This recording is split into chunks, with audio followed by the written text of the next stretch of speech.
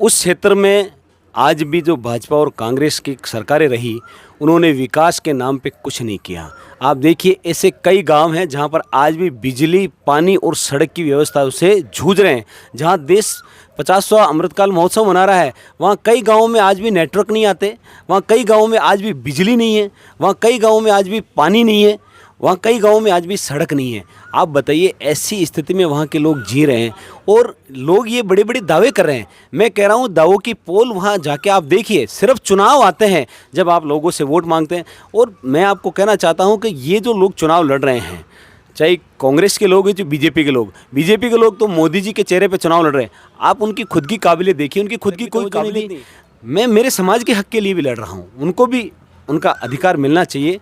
उनके स्वाभिमान की ये लड़ाई भी हो चुकी है, तो मेरा समाज भी आज मेरे साथ खड़ा है। और जो बाहरी प्रत्याशी है, जो कहीं ना कहीं उनकी मानसिकता आप देखिए, वो घमंड से इतने चूर हो चुके हैं कि खुद की पार्टी के कार्यकर्ताओं को भी जब वो अपने हक की बात करता तो बोलते तेरा वोट नहीं चाहिए, क्योंकि उनको पता है कि ये लोग भेड़ बकरियों की तरह हमारे साथ जुड़े हुए हैं, ये कहाँ जाएंगे, ये हमें वोट देंगे।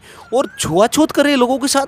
बड़ी एक दुर्लभ बात है। आप मानिए आईबी साहब कि कोई व्यक्ति आप मेरे पास आए या मैं आपके पास आऊँ, तो आप मेरा मान सम्मान करने के लिए अगर मुझे माला पहनाते हैं, मुझे साफ़ा पहनाते हैं, या मुझे कोई माताएं बहनें तो दुपट्टा पहनाती है, कोई चुनरी ओढ़ाती है, कोई बहन बेटी स्वागत करती है, गुड़ खिलाती है, उनके हाथ का ये छुआछूत किया जा रहा है। उनके हाथ का कहीं साफ़ा नहीं पहना गया, उनके हाथ की कहीं चुनरी नहीं ओढ़ी गई, उनके हाथ का कहीं गुड़ नहीं खाया जा रहा। ये छुआछूत क्यों?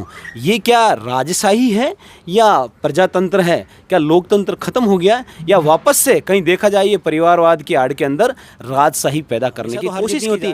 अच्छा, उनके टिकट तो लगातार कंटिन्यू हो रहे, कहीं हारे हुए को भी टिकट दिए गए, लेकिन मेरे समाज को टिकट नहीं दिया गया। आप देखिए इतना बड़ा समाज है, इतने बड़े समाज का अधिकार भी है, उस अधिकार का हनन हो रहा है, उस अधिकार को खाया जा रहा है। जो हमारे हिस्से की थाली है, परोसी गई है, उस हिस्से की थाली पे कोई और व्यक्ति बैठा है, वो आते हैं बाहर से और हमारे हिस्से की थाली को लेके चले जाते हैं। तो मेरे रावत समाज में ये बहुत बड़ा रोष व्याप्त है।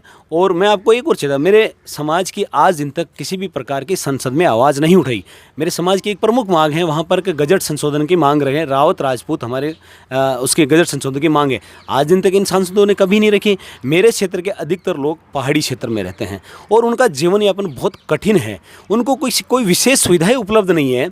और आज 10वीं 12वीं पढ़ने के बाद में हमारे अधिकतर मेरे रावत समाज के बच्चे या तो होटलों में काम करते नहीं गए आएंगे, या कहीं ड्राइवरी करते नहीं आएंगे, या कहीं मजदूरी करते हैं। तो सरकार ने कभी उनके विकास के लिए कुछ सोचा नहीं। आज वहाँ अगर क्षेत्र में सैनिक आरक्षण की अगर व्यवस्था कर दी जाए तो 10वीं 12वीं पढ़ा हुआ बच्चा, क्योंकि पहाड़ी क्षेत्र का बच्चा मजबूत भी होता है। और पुराने समय में जो हमारी बटालियन थी, मेरवाड़ा बटालियन थी, उसमें अधिकतर हमारे रावत समाज के थे। तो मैं तो सरकार से ये भी मांग रखूँगा आने वाले समय में, अगर जनता अगर मुझे जिताती है तो हमारी मंगरा मेरवाड़ा की बटालियन पुनर्स्थापित की जाए और मेरे समाज के लोगों को तवज्जो दी जाए, विशेष आरक्षण देके हमारे बच्चों को भी फौज की और सेना की भर्ती में मौका दिया जाए। हम इसके लिए भी विशेष प्रयास का माहौल भी पैदा किया गया। लेकिन धर्मेंद्र सिंह रावत और धर्म सिंह रावत ये डरने वालों में नहीं है। मैंने मेरी टैगलाइन रखी थी कि लड़ाई हक और स्वाभिमान की।